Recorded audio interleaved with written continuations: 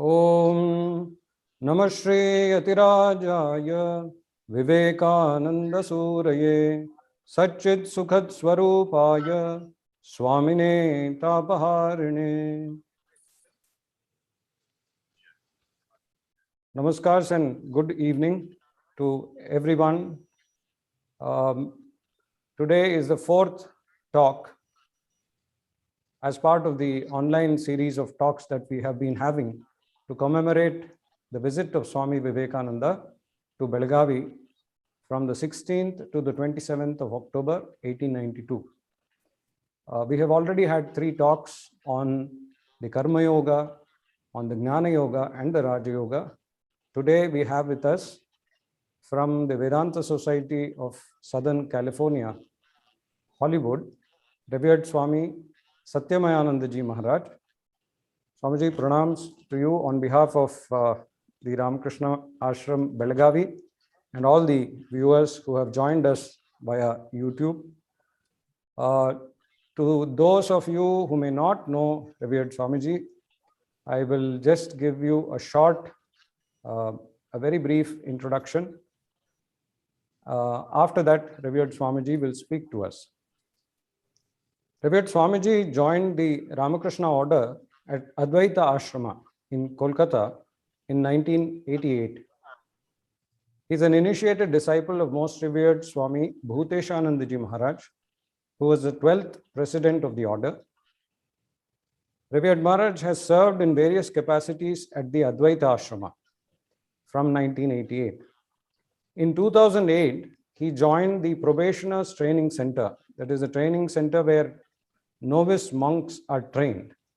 He joined that place as an Acharya in 2008 at Belur Math. In 2010, Revered Maharaj was posted to the Advaita Ashrama again at Mayavati to serve as the editor of the Prabuddha Bharata, an English language magazine of the Ramakrishna order started by Swami Vivekananda in 1896. After 4 years as the editor, he was appointed as the head of the Ramakrishna Mission Ashrama, Kanpur, in 2014. In the December of 2018, Revered Maharaj moved to the West to the Vedanta Society of Southern California at Hollywood as assistant minister, where he continues to serve the order till date. Revered Maharaj is a scholar and a well-known speaker. He gives numerous talks, conducts regular classes at the Vedanta Society and elsewhere on various topics on Vedanta and the Ramakrishna Vivekananda literature. Many of his videos are also available on YouTube. Today, Revered Maharaj will speak to us on Swami Vivekananda's Bhakti Yoga. I now request Revered Maharaj to kindly take it from here. Om Machitta Madgata Prana Bodhayanta Parasparam Katayantascha Mam Nityam Tushyanti Charamanti Cha. Those whose minds and whose life and the senses are immersed in me, constantly enlightening each other, speaking constantly of me, they derive satisfaction and rejoice in me. Bhagavad Gita. But this is the hallmark of Bhakti Yoga. And I'm happy to be here to commemorate Swamiji's visit to Belagavi 129 years ago. I remember a long time ago, I had visited Belagavi and I was impressed with its ashrama, with its environments, and I thank Swami Atma Pranananda for inviting me to this series of talks. Swamiji himself he said, he was all bhakti outside. Sorry, he was all bhakti inside and jnana outside. Shri Ramakrishna, he says, was all bhakti outside and jnana inside. Sri Ramakrishna himself used to touch his features and say, if you weren't a bhakta, would you have such features? You know, the bhakta's features are slightly different from those of a jnani or from a yogi or from a karmi, the one who is the karma yogi.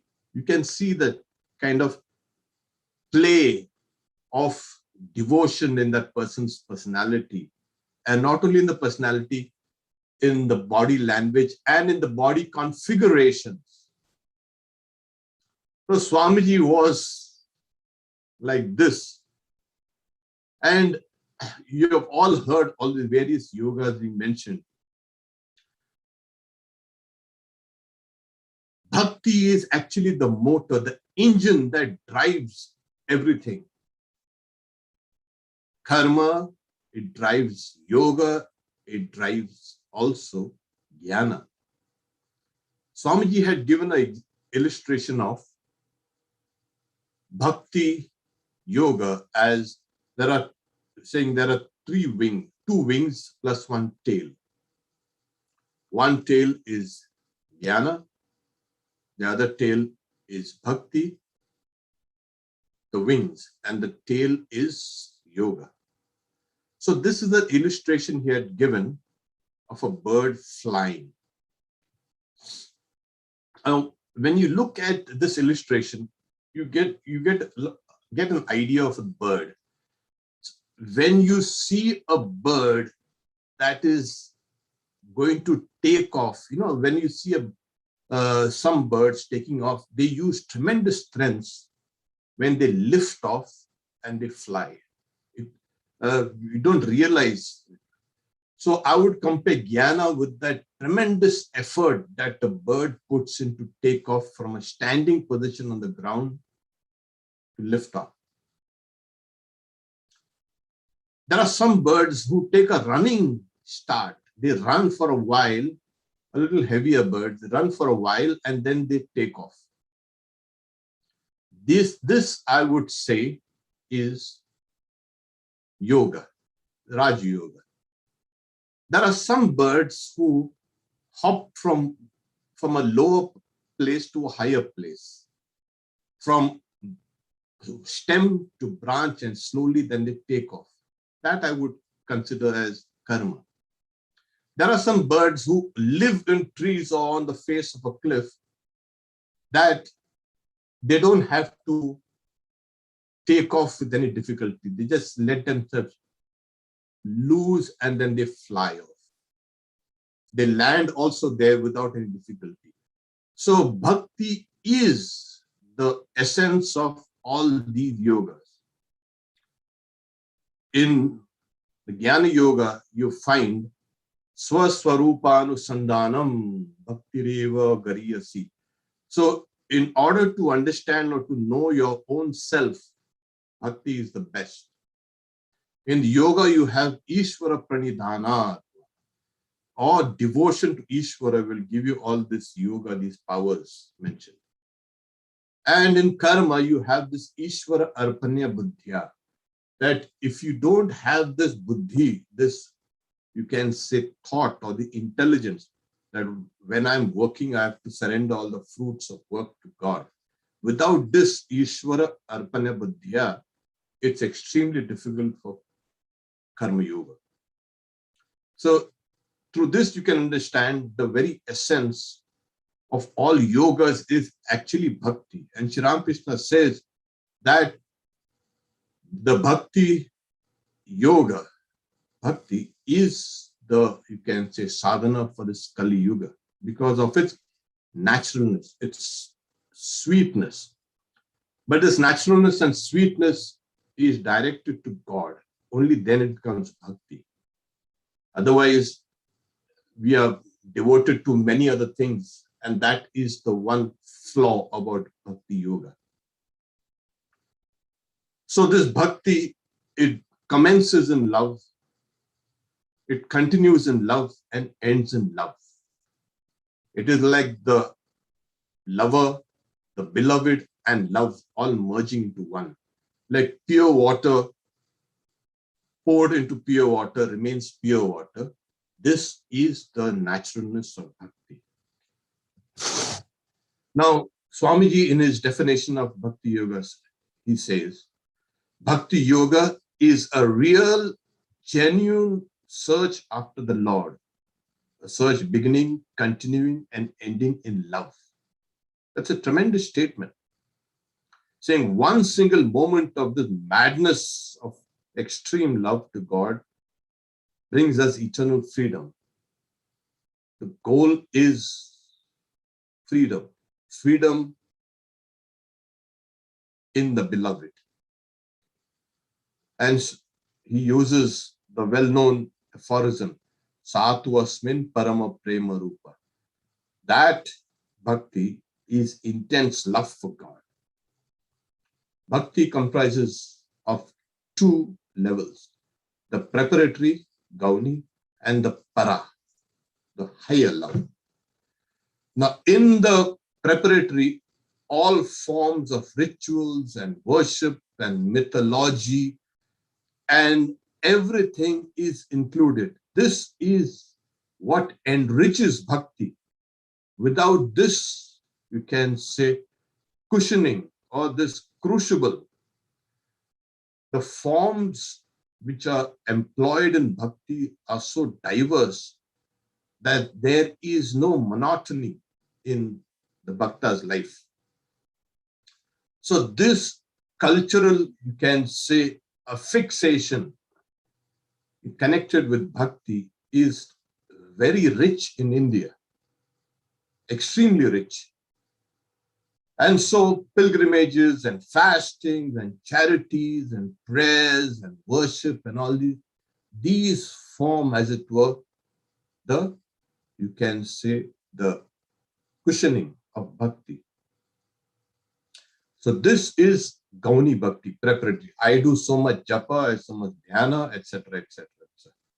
But when that same Gauni, the preparatory stage, becomes para, the higher, then you break away from all other limiting cultural and even other, you can say, ritualistic restrictions, and the soul pours out to the Lord in a constant stream. That person has reached the stage of, you can say, intense and spontaneous devotion to God. So Swami Vivekananda says, what is needed first is steadfastness, nishtha. This nishtha is translated into bhakti. This bhakti then becomes bhava. And this bhava becomes, as Shri Ramakrishna says, mahabhava. But we don't need to go to that mahabhava because it's rare and it's only experienced by avatars. So we just need to keep two things in mind. Nishtha, when it is steadfast, devotion to God becomes bhakti. Bhakti comes down to power. So one of the flaws Swami Vivekananda mentions is, in this Gauni, in this preparatory, in this lower stages of bhakti, it tends to become fanatical. So that has to be guarded against. The second flaw is that lower forms of devotion may delude you on the sensory level. You might mistake devotion for attachment to things. So the bhakta has to guard himself or herself from these two flaws of bhakti. But then Swamiji also gives us the stages and the, you can say, sadhana meant for this. So what is bhakti? Swami Vivekananda defines it as that deathless love which people have for the fleeting objects of the senses. May that love not slip from my heart as I meditate on thee. This is Prahlada's prayer to the Lord. Ya pritir avivekanam vishayeshu anupayini Tam manusmarata sami hridaya mapasarpatu. So this is it. So as I keep meditating on thee, Prahlada says, may not that love slip from my heart. Now, according to Ramanujacharya, what is meditation? Meditation, according to him, Swamiji quotes, is nothing but a constant remembrance.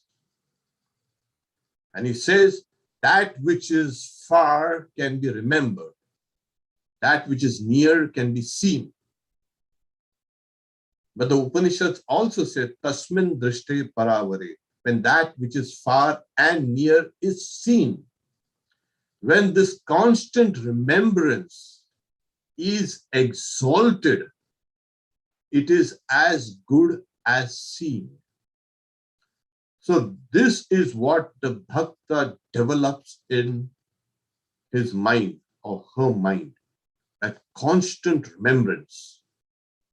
As the Bhagavad Gita also says that we have that constant remembrance. And what is that constant remembrance?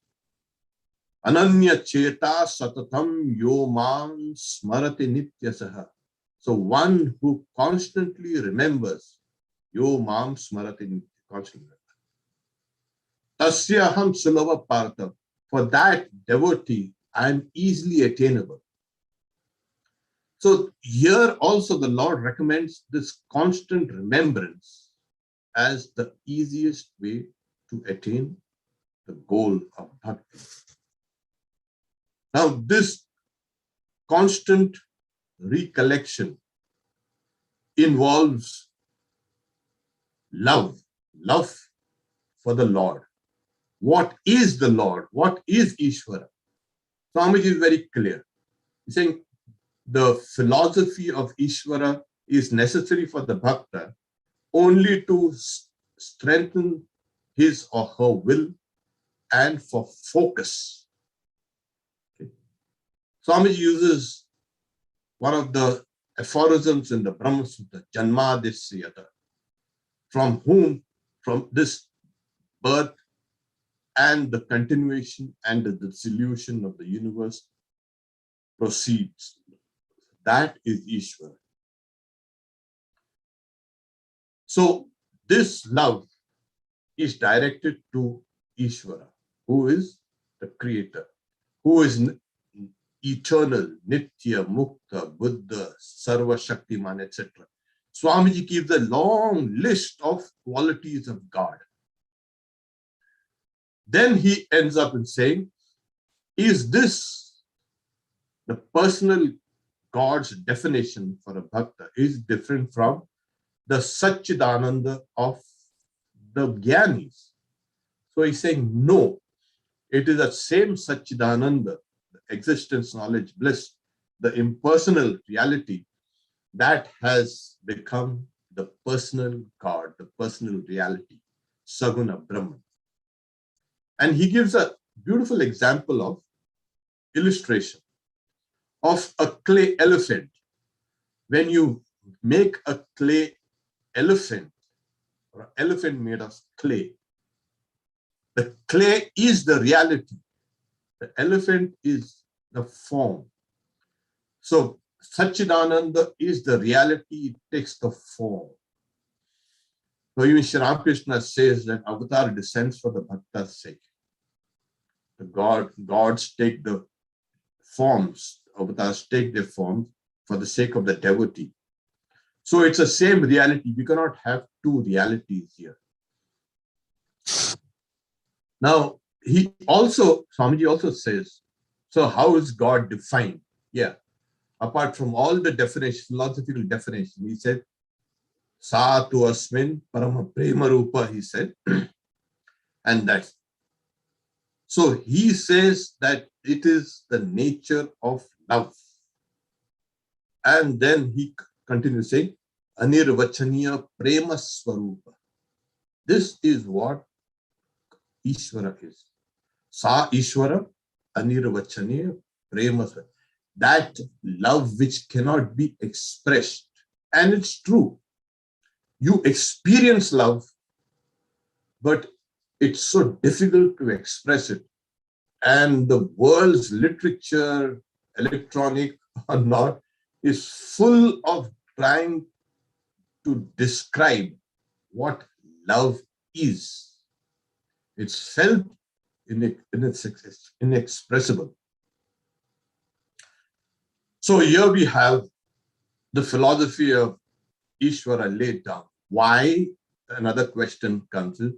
Swamiji himself says, because once the nature of Ishvara is understood, that it is of the nature of inexpressible love, the bhakta itself understands that the bhakta is a part of that Ishvara. So the nature, the real nature of this bhakta is then revealed to the bhakta's, you can see, mind.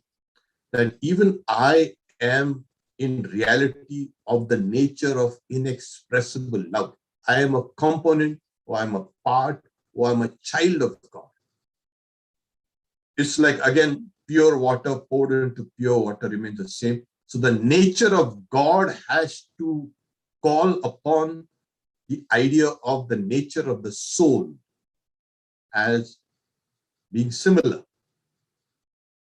Because if you have a dissimilarity between the natures of the soul and God, you are not on the path of bhakti or yoga or any other path.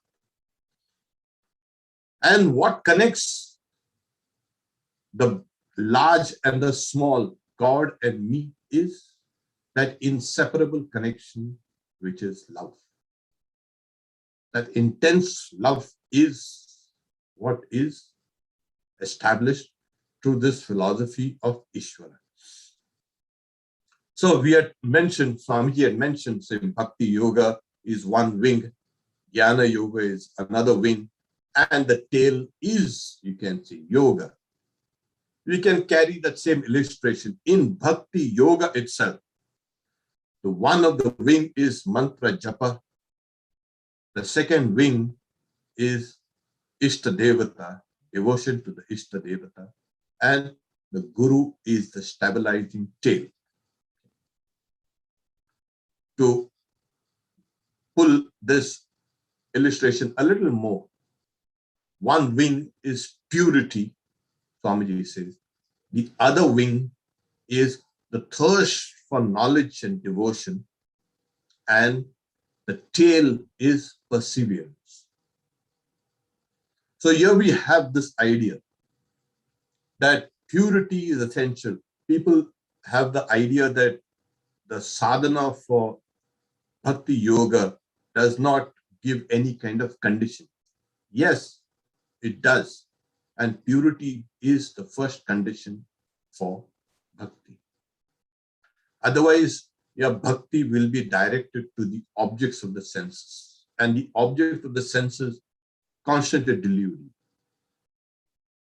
So here you have the idea of mantra japa, one wing, devotion to Ishvara, to the Ishta Devata, and then the Guru. These all form part of one continuum. The Guru is, you can say, the reflection of the Ishta Devata. And the mantra is the name of the Ishta Devata. So there's a continuum. Purity, the thirst for knowledge, and perseverance are all also in one continuum. They are not three separate things. So this is the qualification necessary for the aspirant for Bhakti Yoga, as well as the necessary sadhana. Now, when we are talking about remembrance, there is a constant remembrance that is required. Another important aspect in this constant remembrance of God is the use of pratika and pratimas. Pratika, as we know, is symbols, Pratima is images. These form, as it were, the bedrock of Bhakti Yoga. So the Bhakta should understand that both Pratika and Pratimas are substitutes for God. Ramanujacharya says, a Brahmani Brahma Drishtya Anusandhanam, joining the mind with devotion to that which is not Brahman, taking it to be Brahman. And that's why, when we have a worship, say, of Kali, of Durga, after the worship, we take this and immerse the image. The idea is that God you're worshipping is an all-pervading God. And in order to fix your devotion in your mind in a particular place, in this all-pervasiveness, you use pratikas and pratimas. If this is understood, then there is no room for fanaticism. People have been fighting over their pratikas and pratimas since time immemorial. Bhakta has to have, Swamiji says, a canine instinct. A dog will recognize a master in whichever dress that master comes. But due to that excessive fanatic devotion of the Bhakta, sometimes the Bhakta says, my master can come only in this form. No. So this has to be understood, that these are aids, substitutes. And Swami Vivekananda says, Drishti Saukaryam. So helps to the vision. So these pratimas and these pratikas, they hold the mind, stabilize the mind, make devotion steadfast in a particular direction, gives it an orientation in order for it to flow in a deep channel. And as the water that cuts through from the mountains in a channel then flows down and spread itself when it becomes the water on the plains, so also that intense devotion then will spread out. So this is the necessity and an important aspect of Bhakti Yoga, the use of pratikas and pratikas. We have also something, what is the perfect sadhanas? We have spoken about purity, the thirst for knowledge and devotion. Knowledge and devotion are not two separate entities. Even Sri Ramakrishna says, the more you know, the more you will love. The more you will love, the more you will know. However, there are specific sadhanas apart from the primary sadhanas of constant remembrance of God. This is a constant remembrance of God with love. This is also important. So Sri Ramakrishna, Swami Vivekananda says that devotion comes through discernment, controlling the passions, practice, sacrificial work, purity, strength, and suppression of excessive joy. This he quotes Ramanujacharya in saying. So there has to be a discernment regarding food and all these things. There has to be a controlling of the passion, yes. Otherwise, you have a pot with holes, all the water will leak away. So similarly, we need to control our passions. People think, oh, that dancing and singing is bhakti. That's not the real form of bhakti. When you have real forms of bhakti, you spontaneously dance and sing. But that's a different thing. You have to make that bhakti solid within you. So controlling the passions is important. Practice, abhyasa. This is also an essential part of Bhakti Yoga along with it's an essential component in all yogas. Work, worship, sacrificial work, purity. Again, once we have Ramanuja stressing on purity. Then we talk about strength. The bhaktas we think that are thin and reed-like looking, and you can say with weak voices. Swamiji was also kind of fed up with all this dyspeptic Babajis, filling the whole nation. I think the nation of dyspeptic Babajis. So we have the idea that bhaktas are thin and weak. No, the bhaktas are extremely strong. And the suppression of excessive joy. Swamiji says that it diverts you. Yeah, you've got to be joyful. But when you're in a kind of excessive mood of kind of hilarity, the hilarity is bad. So you've got to control all these things.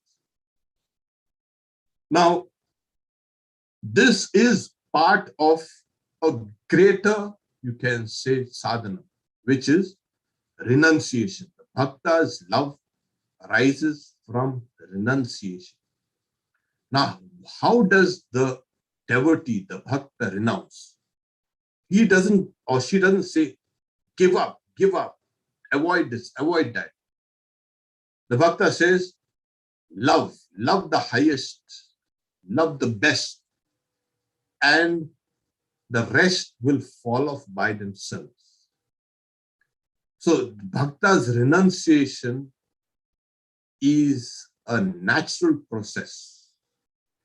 If you constantly love God, everything else which is ungodly falls away.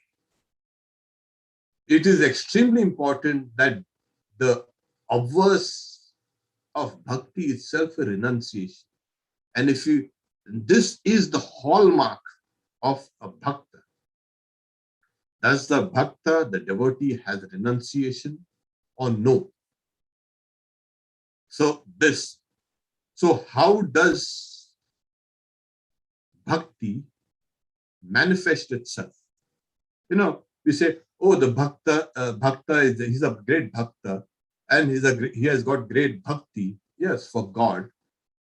But that constant crying and weeping, that is bhakti, signs of bhakti. But there are stable forms of manifestation. And Swamiji, he says, the first and foremost is the bhakta can endure suffering, tremendous suffering. Whether the suffering is from adhibhuta, adhidaiva, adhyatma. That is, we have these three levels of dukkha. And these are inevitable for one who is embodied. The bhakta can endure suffering to a great extent. Then Swamiji says, the first manifestation of devotion is reverence.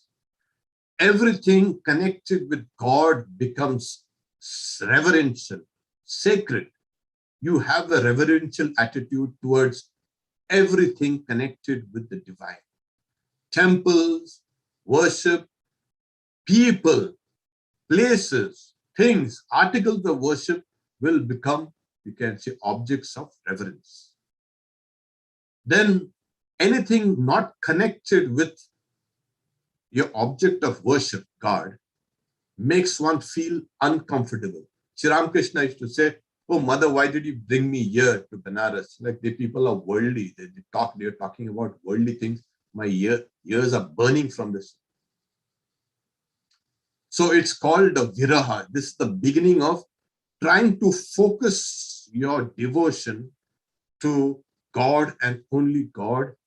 And as the Upanishad says, Anyavacha vimunchata, and give up all other talks. This is what is called viraha. Okay. Then another important factor, what Swamiji said, tadartha prana samsthana. Your prana, your life is meant only for God and nothing else for God. If you give your life and your body to the world will burn it, like Raja Maharaj says. You give your mind and body to God, you become divine, you become immortal. So tad artha prana samsthanam. This is a very important factor in Bhakti Yoga. Then Swamiji says it's called tadiyata. Tadiyata. Thatness, or Swamiji says hisness. Now what is? Everything belongs to God. Everything the bhaktas in the bhakta's life and in whatever the bhakta interacts with, the whole world belongs to God. That kind of reverential feeling has extended all bounds.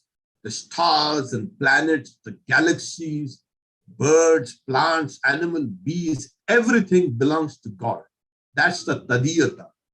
This is the manifestation of the highest form of bhakti.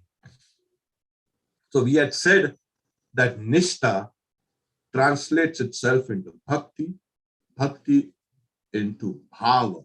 This is the bhava, that constant remembrance, and that constant remembrance has generated these feelings, these tremendous feelings of reverence, of sacredness, of viraha, of tadiyata, tadartha prana samsthana, etc. Another higher manifestation of this para-bhakti, as you keep on going, is the perfect surrender. If that is not there, surrender in thought, word, and deed, it's a surrender of the ego. It's a surrender of that individuality as separate from God's. It is like the merging of the river in the ocean. There's a tremendous upheaval just before the river merges into the ocean. Surrender takes that form. And that surrender, as Swami Vivekananda translates it, apratikulya, perfect surrender. There is a constant inner vision in the bhakta's life, in the bhakta's mind. That bhakti has now suffused his body, his or her body, mind, senses, the intellect, the ego, everything.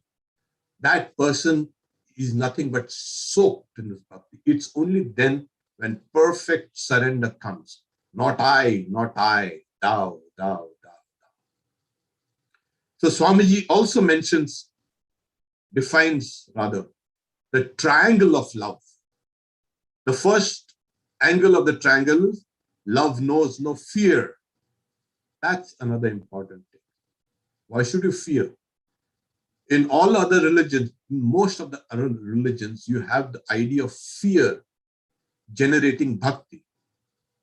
But in the bhakti yoga, the idea of fear is absent.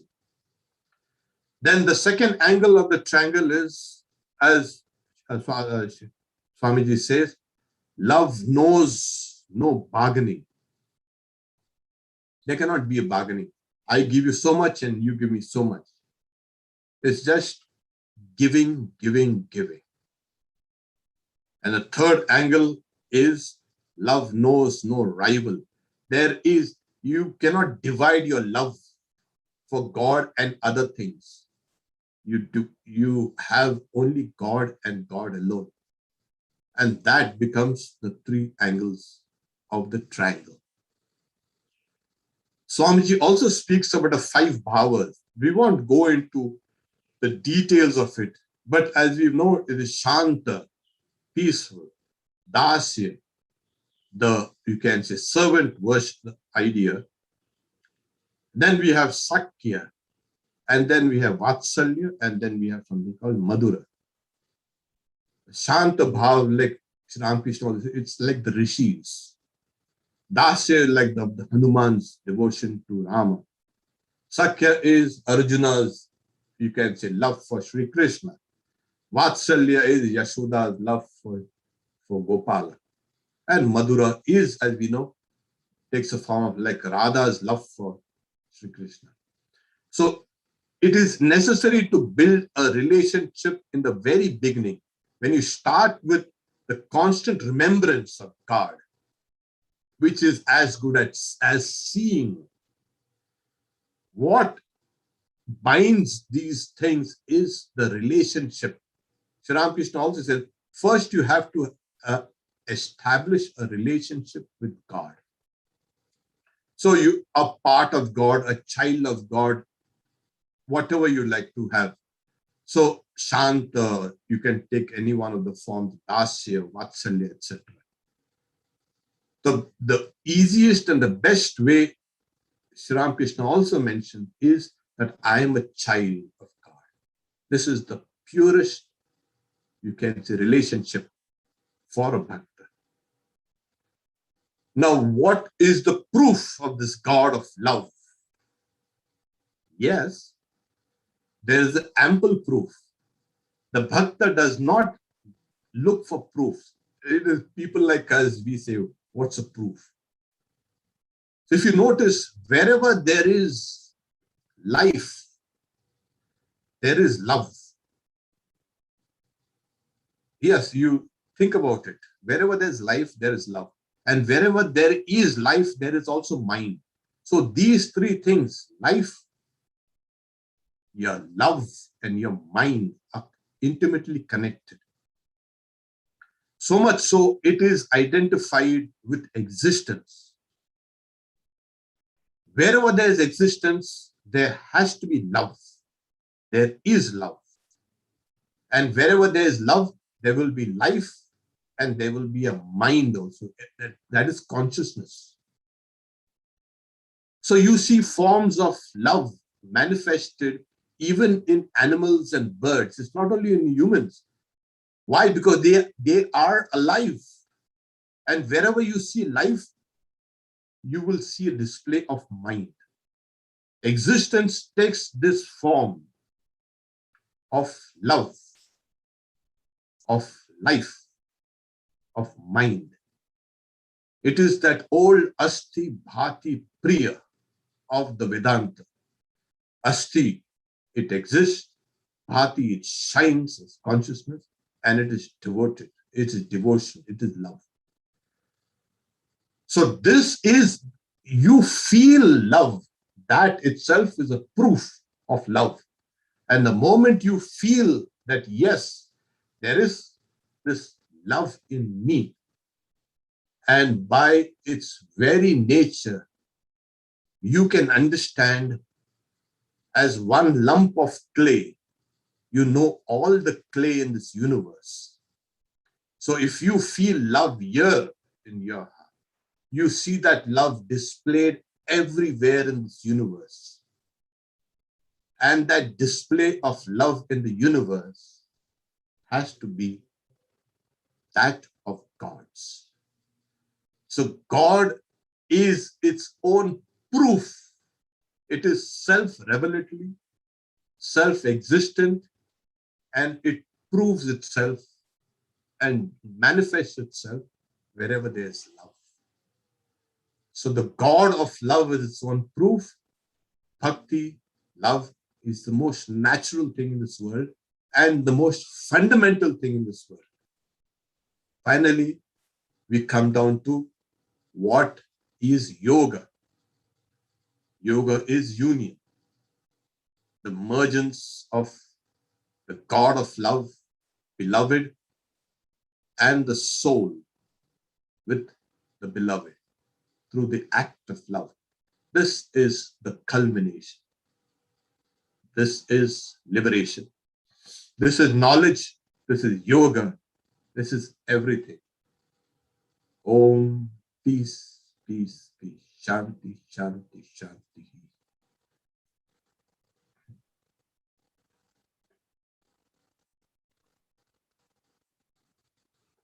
Swamiji, thank you. Thank you for putting the whole of Bhakti Yoga in a sort of a nutshell for the devotees. I'm quite sure with this, many of them would, find it more meaningful to read the Bhakti Yoga talks of Swamiji because most of the time we don't actually read. We just listen to a few talks and think we know the whole thing. So I'm quite sure your talk would encourage many of the devotees who are watching to go through the works of Swamiji. In fact, the last 3 lectures also, they were all an introduction to the different yogas. So today you've also wonderfully put it in a nutshell.